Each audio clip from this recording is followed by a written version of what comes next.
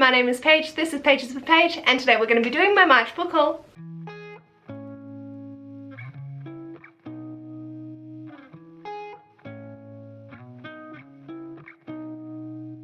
So for the month of March, after my birthday, I was like, okay, we need to chill on the book buying. Like, we have so many books we need to get through. And yeah, I have ended up with 11 books. 3 of these were gifted to me and the rest I bought myself. 1 was going towards my uni and then another 2 ended up going towards it as well. So yeah, let's just dive in and I'll talk you through what I've got. So Ash kindly gifted me 2 books this month. The first being With the Falling of the Dusk by Stan Grant. So Stan Grant is one of my favourite Australian writers.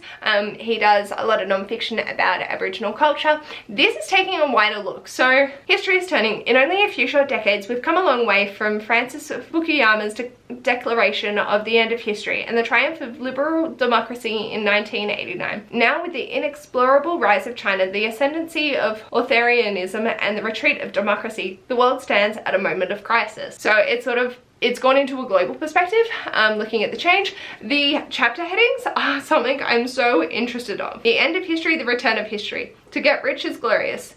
Enemies are the people, the hermit kingdom. Murder is the question, no one gets out alive. White panic and the devil's century. Like, they just seem so interesting. So I can't wait to read this. And I feel like it's going to be a really well-written look at the crisis of the world currently. So yeah. Also, this is stunning. As you would have seen in my TBR, he also got me Ironheart by Nina Varela, which is the second in the Cry War series. Cry as War is that way. Cry as War is just there on my shelves. So I was so excited when he finally managed to get Ironheart to come in. So we have been waiting for this since its release in January, I think, and holy shit, I am balls tits excited to read this. I should be getting to it in the month of April. It's on my TBR, so I am pumped. This is following Ayla and Klara. One is an automata and one is a human in a world where the automata have taken over. So yeah, very interesting. It's gay. I love it. Let's just give me more, shall we? And then my beautiful friend from Jaxiejaxreads on Instagram got me The Galaxy and the Ground Within by Becky Chambers. So, 1, this is going to fulfill Books and Lala's buzzword-a-thon for the month of April, with Galaxy being in the title. 2, Jacqueline and I, and probably Klara, are going to buddy read this, and it's going to be glorious, and look how stunning it is. Holy shit, my balls. Like, her series is stunning, and this just, I think this is my favourite cover. So, yeah, very, very excited to get to this. So thankful for Jacqueline to send it to me. The main reason was she was feeling bad that I hadn't received my Christmas or birthday presents from her because we live like 4 hours apart. And so she wanted to send me something as a little, here you go, I love you sort of present. So, love that. Thank you. I very much appreciate it. You're a wonderful human being because I know you watch my videos. Nah, I'm so happy. Look at...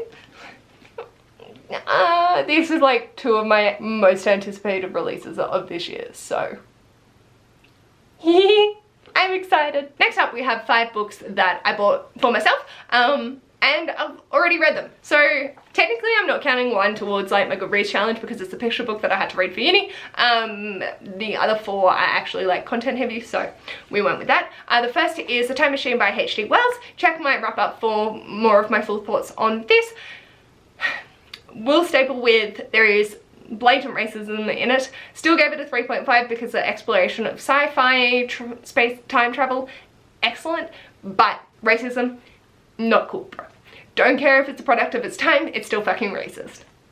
Then for my assignment that I was working on throughout the month of March, I read Seance Tea Party by Romina Lee and absolutely adored this, as well as Drama by Raina Telgemeier. I enjoyed Seance way more, but still a good read. Both of those are graphic novels, so that explains the speed. Then one that I had read back when I was in high school was The Penelope by Margaret Atwood. This is following Penelope's story, ruling Odysseus' kingdom while he is fighting in the Trojan War. It's following the Boyces and the Hanging of the Maids.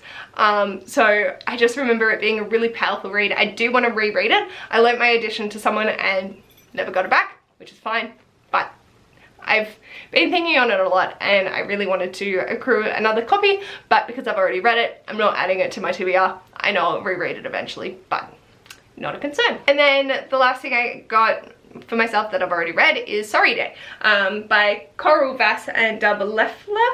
So this was the Children's Book of the Year Awards winner. I'm not sure for when. Got published in 2018. And this is following a girl who, they do a contrast between National Sorry Day, where Kevin Wright apologised for the treatment of our Indigenous people in 2008, as well as the invasion of white people into Australia when colonisation first occurred back with the first fleet. So essentially what Kevin Wright was apologising for, and the fact that it's still ongoing racism inherent in our Australian community today. So got a long way to go, but this is just a glorious picture book that I wanted to have my hands on, so then I could write a review back towards someone on my university group, because that's what we needed to do for part of my coursework. So that's what we did. And the only book that I technically went into a bookstore and picked up of my own accord and have not read is Oliver Twist by Charles Dickens. So this is the Penguin English Library edition, and I decided after getting the Time Machine in this edition that I absolutely love them. So I decided that I would pick up another one, and Ash had Oliver Twist in stock, so I got this one. And funnily enough, I don't own it. I own a lot of Dickens. I want this edition, so I got it. But yeah, I haven't read it yet. Pretty classic tale. Curious to get to it eventually. The final two books that I acquired this month was the February box of Our Crate and the March box. So February's, there was Trial, trying to fucking get my hands on that. It's in my hands now. Click away now if you don't want to be spoiled for Our Crate, February and March boxes, because I'm about to tell you. And yeah, the February book is The Gilded Ones by Namina Fauna. I am so excited to get to this. April also got me this for my birthday in February, so I now have 2 editions. So technically this isn't going on my TBR, it's just an additional one. If I read one, then I've read both, so it's not actually adding to the tally, which is great.